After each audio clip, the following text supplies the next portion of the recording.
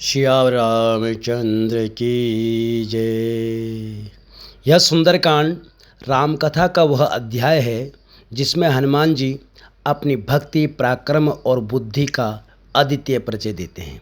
सुंदरकांड रामायण का वह अमूल्य रत्न है जिसे पढ़ने और सुनने मात्र से मन प्रसन्न होता है और जीवन के संकट दूर हो जाते हैं। इसका नाम सुंदर इसलिए है क्योंकि इसमें भक्ति का सौंदर्य, सेवा का सौंदर्य और पराक्रम का सौंदर्य तीनों ही रूप भरे हुए हैं। कथा की शुरुआत होती है जब जामवंत जी हनुमान जी को उनके वास्तविक बल और सामर्थ्य की याद दिलाते हैं।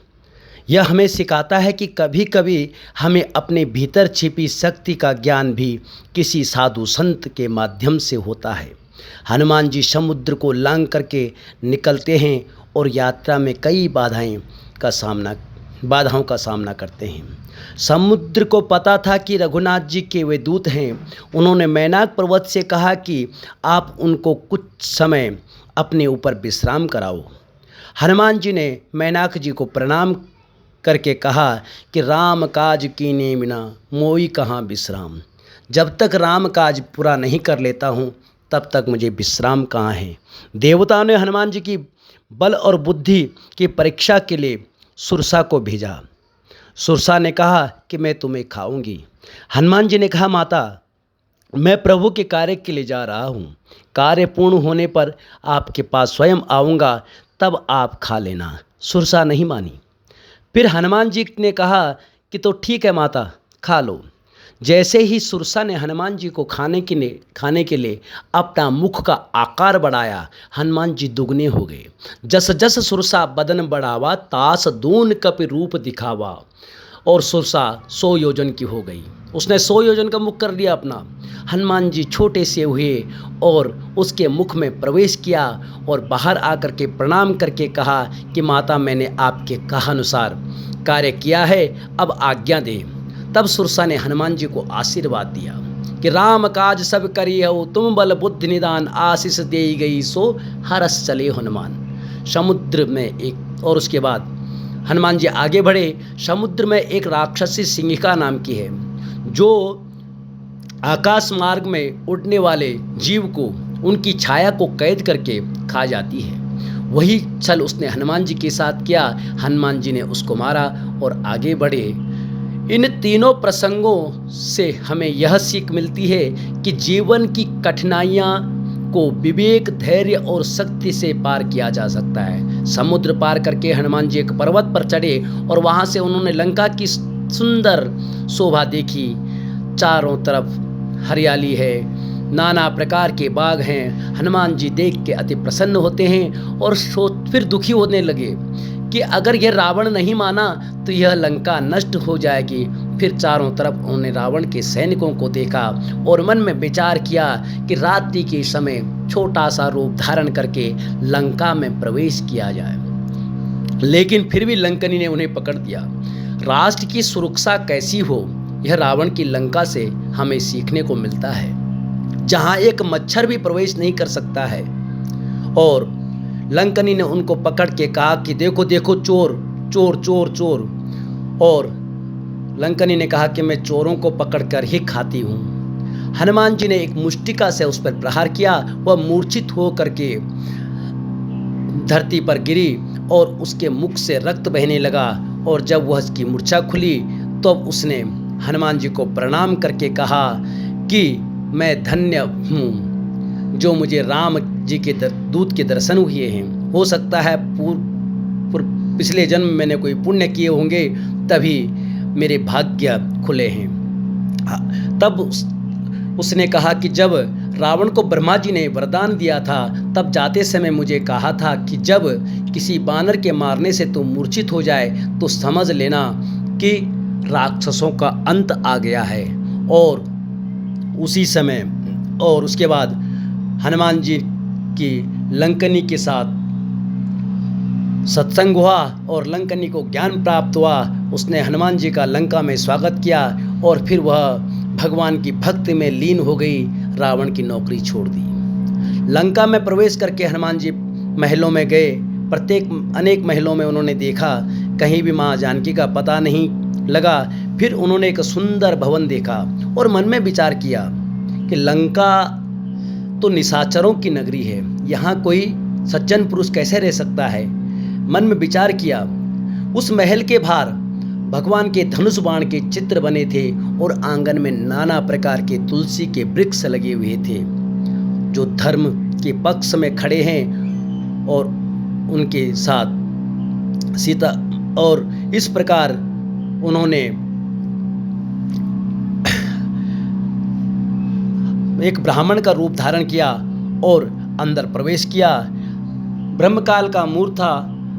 विभीषण जी उठे और उन्होंने राम नाम का स्मरण किया और उसके बाद वो बाहर आए। हनुमान जी को देख करके उन्होंने प्रणाम किया और कहा कि हे महात्मा, हे विप्र, आप अपनी कथा कहिए।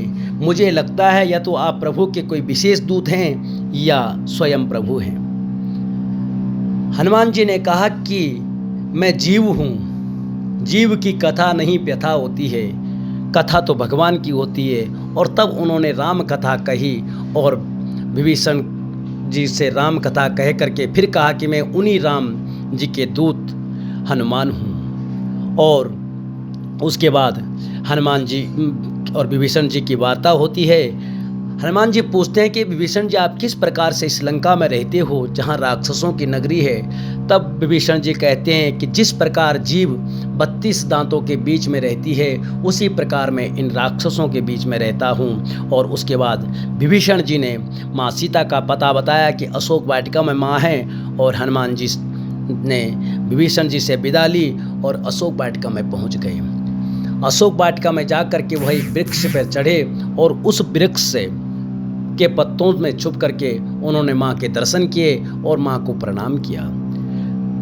माँ सीता को प्रणाम किया और उसके बाद वहाँ पर रावण आता है अपने सैनिकों के साथ, मंदोदरी के साथ, और नाना प्रकार अनेक प्रकार से माँ सीता को डराता है, धमकाता है, पर माँ पर उसका कोई असर नहीं हुआ। और उसके बाद उसने अपने रक्षकों को बुलाया और कहा कि सीता को अनेक प्रकार के दुख दो, अगर ये 1 माह के अंदर नहीं मानी तो मैं इसे मार दूंगा। उसके बाद रावण वहाँ से अपने निवास की ओर चल देता है और हनुमान जी ने और माँ सीता जी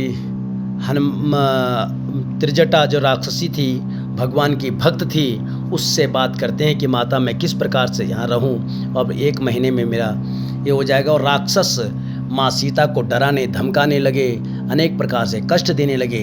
तब त्रिजटा ने सभी राक्षसों को नज़दीक बुलाया और कहा कि देखो आओ। और रात्रि में मैंने एक स्वप्न देखा है, वह स्वप्न मैंने ब्रह्म मुहूर्त के समय देखा है, और वो स्वप्न ऐसा था कि जिसमें लंका को एक बानर ने जला दिया है और रावण के 10 सिर और 20 भुजाएं कट चुकी हैं और वो दक्षिण की तरफ यात्रा कर रहा है और लंका का राजा भीषण हो चुके हैं। और इस प्रकार जब त्रिजटा ने कहा तो सभी राक्षसी जो थी वो माँ सीता के चरणों में आ गिरी और वह उनसे प्रार्थना करने लगे, क्षमा मांगने लगे। और उसके बाद वो सब चले गए। तब हनुमान जी ने मुद्रिका गिराई और माँ जानकी ने वह मुद्रिका देखी और पहचान लिया कि ये प्रभु की ही मुद्रिका है। और फिर इधर उधर देखने लगे तो हनुमान जी भगवान का नाम का स्मरण करने लगे, कीर्तन करने लगे। तब हनुमान जी प्रकट हुए, माँ को प्रणाम किया और कहा कि मैं राम जी का दूत हूँ और यह मुद्रिका मैं ही लाया हूँ। इस प्रकार से हनुमान जी ने कहा। फिर माँ को हनुमान जी पर विश्वास हो गया और तब वहाँ पे हनुमान जी की और माता सीता की वार्ता होती है।